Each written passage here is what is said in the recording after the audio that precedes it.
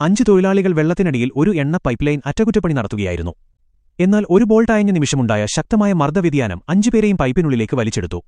നിമിഷങ്ങൾക്കകം അവർ ആ ഇരുണ്ട പൈപ്പ് ലൈനിനുള്ളിൽ കുടുങ്ങിപ്പോയി. ശക്തമായ ആ ശക്തി അവരെ ഉള്ളിലേക്ക് വലിച്ചിഴച്ചുകൊണ്ടുപോയി. ഭാഗ്യവശാൽ പൈപ്പിന്റെ അല്പം ഉയർന്ന ഒരു ഭാഗത്ത് അവർ ചെന്നുകുടുങ്ങി. അവിടെ ചെറിയൊരു എയർ പോക്കറ്റ് വായു ഉള്ള ഭാഗം അവശേഷിച്ചിരുന്നു. ഇല്ലായിരുന്നെങ്കിൽ അവർ അവിടെത്തന്നെ മരിച്ചുപോയേനെ. എല്ലാവർക്കും പരിക്കേറ്റിരുന്നു. എന്നാൽ രണ്ടാമത്തെ ആളുടെ കാൽ പൂർണ്ണമായും ഒടിഞ്ഞിട്ടുണ്ടായിരുന്നു. ഏറ്റവും ഭയപ്പെടുത്തുന്ന കാര്യമെന്തെന്നാൽ അവരുടെ ഓക്സിജൻ ടാങ്കുകൾ നഷ്ടപ്പെട്ടിരുന്നു.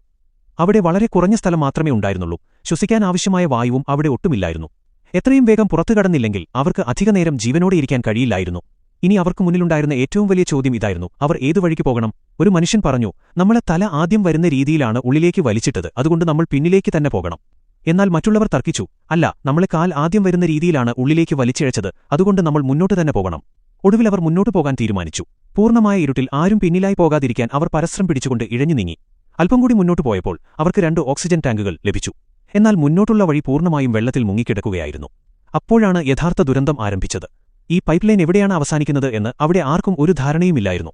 ഒരിക്കൽ വെള്ളത്തിനടിയിലേക്ക് പോയാൽ തിരികെ വരുന്നത് മരണത്തിലേക്ക് നേരിട്ട് നടന്നുപോകുന്നതുപോലെയായിരിക്കും. അതിലുപരിയായി പരിക്കേറ്റയാൾക്ക് വെള്ളത്തിലൊട്ടും ചലിക്കാൻ കഴിയുമായിരുന്നില്ല. അയാൾ നടുവിൽ കുടുങ്ങിക്കിടന്നതിനാൽ മറ്റാർക്കും അയാളെ മറികടന്നു പോകാനും സാധിക്കില്ലായിരുന്നു. അപ്പോഴാണ് ഒറ്റയ്ക്ക് മുന്നോട്ടു പോകാൻ ക്രിസ് തീരുമാനിച്ചത്. അവൻ പറഞ്ഞു, ഞാൻ പുറത്തെത്തിയാൽ സഹായവുമായി തിരിച്ചുവരാം. എന്നാൽ ഞാൻ തിരിച്ചുവന്നില്ലെങ്കിൽ ഞാൻ രക്ഷപ്പെട്ടില്ല എന്ന് നിങ്ങൾ മനസ്സിലാക്കിക്കോളൂ. അത്രയും പറഞ്ഞതിനുശേഷം ക്രിസ് ഒറ്റയ്ക്ക് വെള്ളത്തിനടിയിലേക്ക് പോയി. എന്നാൽ കുറച്ചു കഴിഞ്ഞപ്പോൾ അവന്റെ ഓക്സിജൻ തീരാൻ തുടങ്ങി. ഇപ്പോൾ അവന് ഏതാനും ശ്വാസങ്ങൾ മാത്രമാണ് ബാക്കിയുള്ളത്. ക്രിസിന്റെ ശരീരം പൂർണ്ണമായും തളർന്നുപോയിരുന്നു. താൻ ഇനി ഒരിക്കലും ജീവനോടെ പുറത്തിറങ്ങില്ലെന്ന് അവൻ വിശ്വസിക്കാൻ തുടങ്ങിയിരുന്നു. ഏറ്റവും ഭയപ്പെടുത്തുന്ന കാര്യമെന്തെന്നാൽ താൻ പോകുന്നത് സുരക്ഷിതത്വത്തിലേക്കാണോ അതോ നേരെ മരണത്തിലേക്കാണോ എന്ന് അവന് ഒരു ധാരണയുമില്ലായിരുന്നു. പിന്നീട് പെട്ടെന്ന് ആ ഇരുട്ടിൽ മെറ്റലിൽ എന്തോ തട്ടുന്നതുപോലെയുള്ളൊരു ശബ്ദം അവൻ കേട്ടു. അവൻ കൈ മുന്നോട്ട് നീട്ടിയപ്പോൾ അപ്രതീക്ഷിതമായി മറ്റൊരു ഓക്സിജൻ ടാങ്ക് കണ്ടെത്തി. അതിൽ മൗത്ത് പീസ് പോലും ഘടിപ്പിച്ചിട്ടുണ്ടായിരുന്നില്ല. എങ്കിലും മറ്റൊന്നും ആലോചിക്കാതെ അവനത് നേരെ തന്റെ വായോട് ചേർത്ത് പിടിച്ച് മുന്നോട്ട് നീങ്ങി. കുറേ സമയത്തിനുശേഷം ഒടുവിൽ അവന് മുകളിൽ ഒരു ചെറിയ വെളിച്ചം കാണാൻ കഴിഞ്ഞു. ബാക്കിയുണ്ടായിരുന്ന മുഴുവൻ ശക്തിയും സംഭരിച്ച് ക്രിസ് മുകളിലേക്ക് നീന്തി. അവൻ ഉപരിതലത്തിലെത്തിയ ആ നിമിഷം താൻ ഒരുപക്ഷെ രക്ഷപ്പെട്ടേക്കാം എന്ന് ആദ്യമായി അവന് തോന്നി.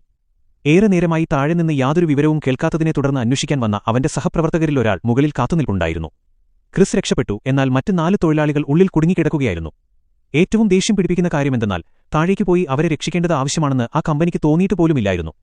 പിന്നീട് ഡൈവർമാർ പൈപ്പിൽ തട്ടിയപ്പോൾ ഉള്ളിൽ കുടുങ്ങിയ തൊഴിലാളികൾ അതിന് മറുപടി നൽകി.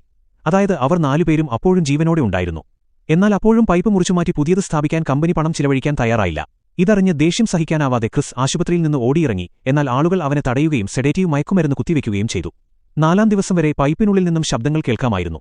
എന്നാൽ 5-ാം ദിവസം ആ 4 മനുഷ്യരും മരണപ്പെട്ടു. ഒടുവിൽ ആശുപത്രി വിട്ടതിനുശേഷം ക്രിസ് ആ ഓയിൽ കമ്പനിക്കെതിരെ കേസ് ഫയൽ ചെയ്യുകയും അങ്ങനെ ഈ മുഴുവൻ കഥയും പുറത്തുവരികയും ചെയ്തു. ഇതുപോലെയുള്ള വീഡിയോസ് ഇഷ്ടമാണെങ്കിൽ ഒന്ന് സബ്സ്ക്രൈബ് ചെയ്യാൻ മറക്കല്ലേ.